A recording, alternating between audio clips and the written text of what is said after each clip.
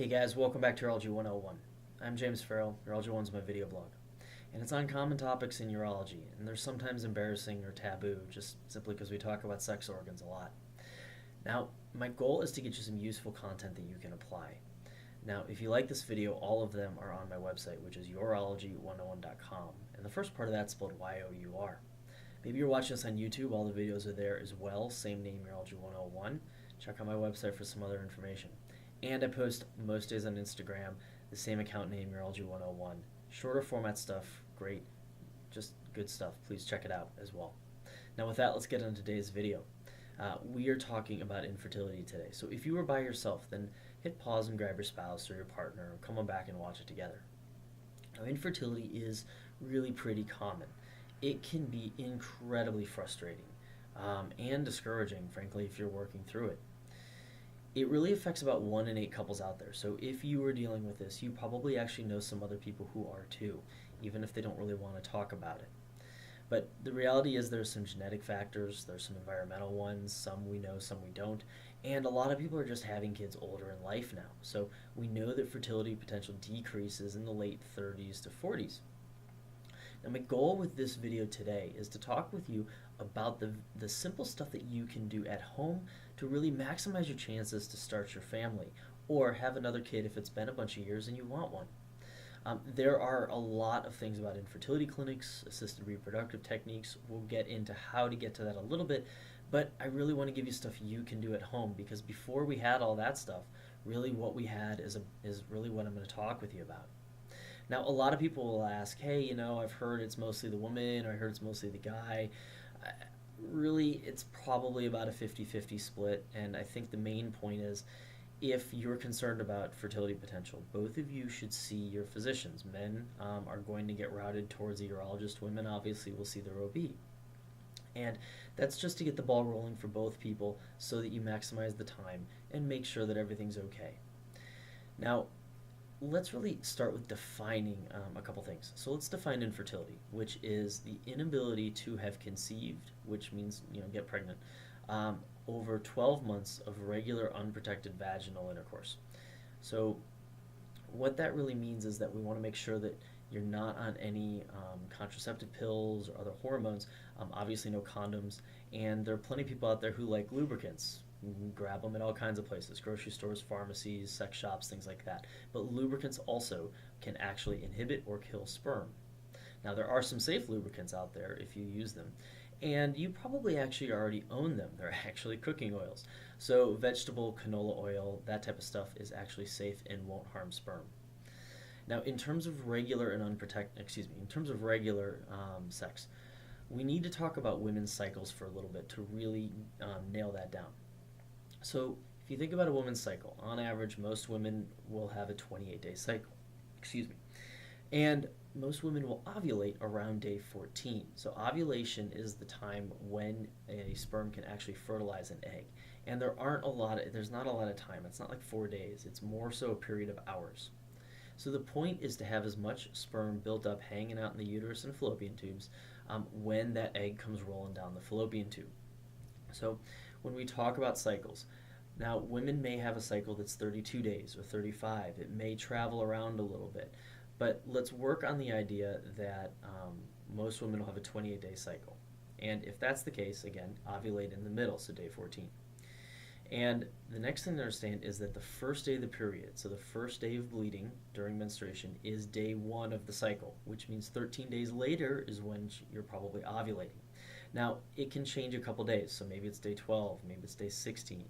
And so with that, what is really important is to actually be having sex every couple days around the time when you're going to ovulate. And you want to start a handful of days before the middle of your cycle just to sort of cover that gap so you get the range in there. So some of you may think, wow, you're really recommending a lot of sex. And others may think, boy, you're really putting a chastity belt on me. Thanks a bunch. But the point is, work with it what you will, because what we're trying to do, again, is to make sure that there are a bunch of sperm hanging out in the uterus and fallopian tubes, trying to buy the egg a drink, tell it a joke, take it home in the usual way, right? So the way to do that is, again, sex every couple days. The reason, actually, we got to leave cycles for a second. The reason for that is it actually takes about 48 hours for guys to build up enough of a sperm concentration to be able to have a good concentration actually in the uterus and fallopian tubes. Amazingly, sperm actually live for about 48 hours. They're sort of like a bad boyfriend you can't get rid of. And so that actually covers you and has enough sperm around the time of ovulation, which is why we do the timing as we do it. Now, a little bit on sperm production. So, guys, one more thing is, so no masturbation when you're trying to make the child during and around the time of ovulation, and no other methods of sex, again, because it takes about 48 hours to replenish those sperm. So let's talk about making sperm. They get made by having a ton of testosterone. And a lot of guys use workout supplements, protein, pre-workout stuff, other things. And for the most part, I'm pretty much against all of that stuff. And the reason is because you don't always know what's in there. It's an unregulated industry, and even the companies may not know what's in there. There is plenty of data out there to show that about 25% of these types of products actually have testosterone in them and don't advertise it, and they may not even know it. The reason that's a problem, if you take testosterone outside your body, that testosterone does not actually get to nourish your sperm. It doesn't feed them, so you won't make as many sperm. Because if your body has testosterone circulating and you ingested it somehow, it wasn't made from your own hormones, then your body thinks, oh, I've got enough of this, I don't need to make more.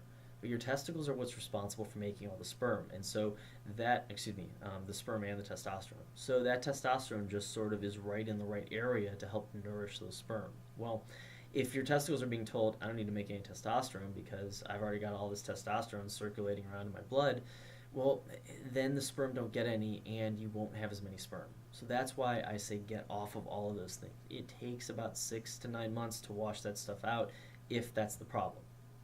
In reality, most of the time that's not the problem. But when we're talking with people about infertility, there are a lot of potential ifs.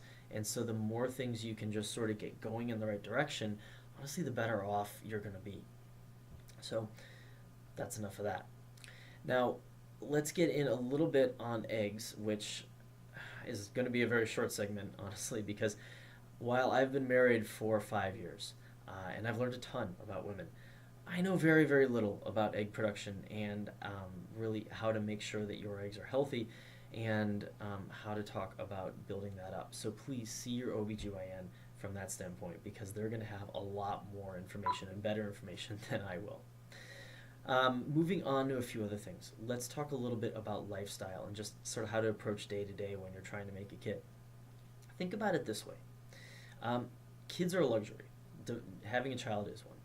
And your body needs a handful of things to survive, like water, food, sleep, shelter. But it doesn't need to make a child to survive.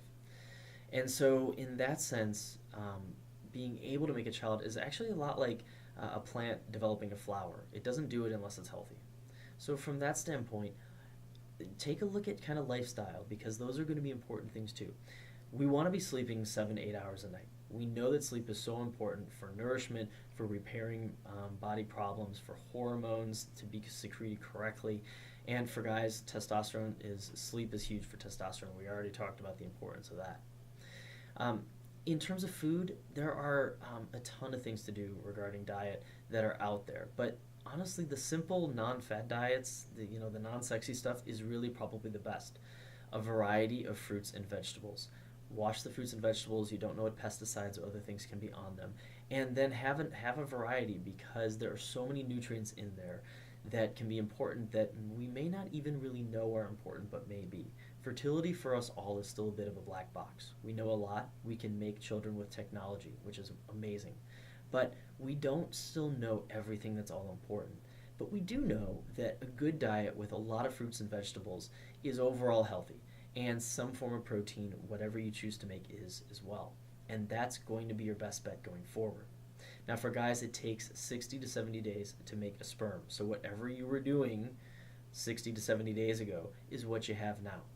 And in that vein, tobacco products, all of them, all smoking, just stop it because it's going to hurt your sperm. So it's not healthy for that. And so if you're having trouble with fertility and you're a smoker, or you use a lot of tobacco, try and do everything you can to get off of that. There are great ways to help you quit. We know that high alcohol and moderate alcohol consumption can harm sperm, and that is also an issue. So low, probably not, but if you're having trouble with it, then alcohol can be an issue that can kill sperm too. Now, in terms of vitamins and different things, there are a ton of prenatal vitamins out there, and those are very important. Your OB may have a great thing for you to be on, in which case, definitely go with recommendations from them. And there are a lot of reputable companies out there. And in general, I know Nature Made tries very hard to make sure that what they say is in their vitamins is actually what's in there. Because again, it is an unregulated industry, and so companies may not always know what's there.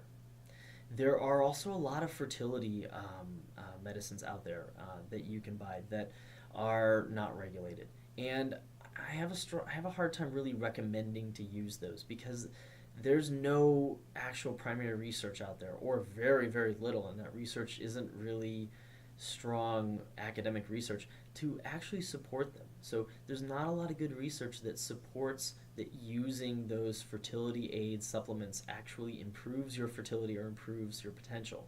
And that goes for guys and women.